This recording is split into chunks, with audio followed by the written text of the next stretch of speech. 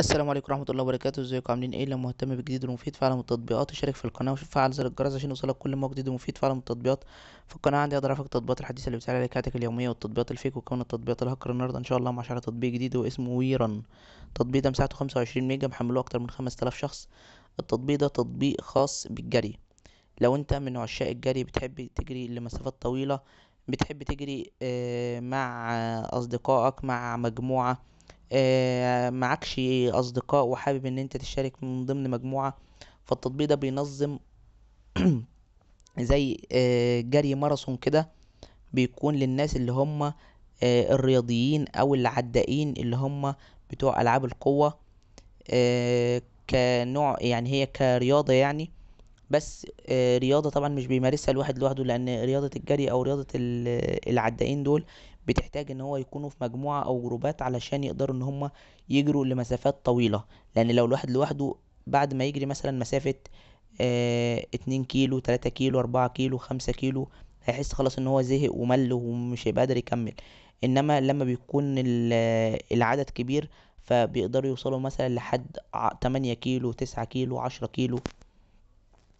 فالتطبيق ده بيحاول ان هو يجمع اكبر عدد من الناس. لو انت لوحدك مثلا بتحب الجري ومش لاقي مثلا حد يشاركك ومش لاقي حد ان هو يكون معاك في الجري او في الماراثون بتاعك، فانت بتقدر تنزل التطبيق ده. بيكون في مجموعات بتتفق ان هم مثلا هيجروا يوم كذا، يوم جمعة مثلا، الساعة 9 صباحا من المكان الفلاني للمكان الفلاني. فانت بتقدر ان انت تشوف وتعرف وتقدر ان انت تشترك معاهم.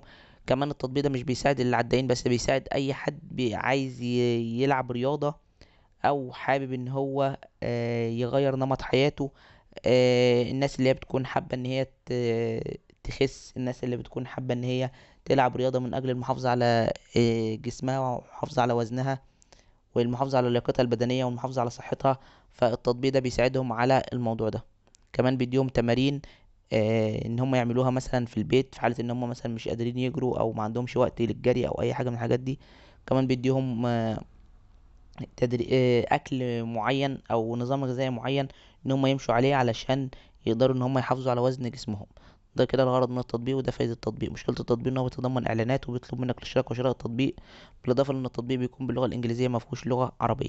بس كده يعتبر ابسط شرح للتطبيق. بالنسبة للمميزات والعيوب، لو عجبك شرح التطبيق لا تدوس لايك للفيديو. لو عايز شرح التطبيق معين لا تسيب لي في الكومنت. لو شفت ميزة او عيب للتطبيق في اي تحديث من التحديثات القادمة اكتبها في تعليقات الفيديو. بمناسبة لو شفت ميزة او عيب اكتبها في تعليقات الفيديو. فده دايما تنويه بننوه عليه في اخر كل فيديو علشان لو اي حد حمل التطبيق وشاهد او شاهد الفيديو الاول وحمل التطبيق واكتشف فيه ميزه او عيب يكتبها في تعليقات الفيديو. واحنا دايما بنثبت التعليقات سواء الايجابيه او السلبيه. الكلام ده بنقوله علشان في بعض الناس بتخش على الفيديوهات موجوده على القناه بقالها فتره طويله سنه او اكتر من سنه، وبعد ما يحمل التطبيق يقول لك احنا لقينا حاجات انت ليه مش قايل كل الحاجات في التطبيق سواء الايجابيه او السلبيه. ده ببساطه لان وقت شرح التطبيق ونزول الفيديو ما كانتش الحاجات دي موجوده، لان دي تطبيقات يعني بينزل لها تحديثات مستمريه. ممكن كل يومين كل اسبوع كل شهر تلاقي تحديث نازل للتطبيق. اما لو انت شاهدت الفيديو وحملت التطبيق بعد نزول الفيديو بيوم بيومين باسبوع بشهر هتلاقي كل الحاجات اللي انا قايلها سواء الايجابيه او السلبيه هي اللي موجوده في التطبيق. وشكرا، سلام عليكم.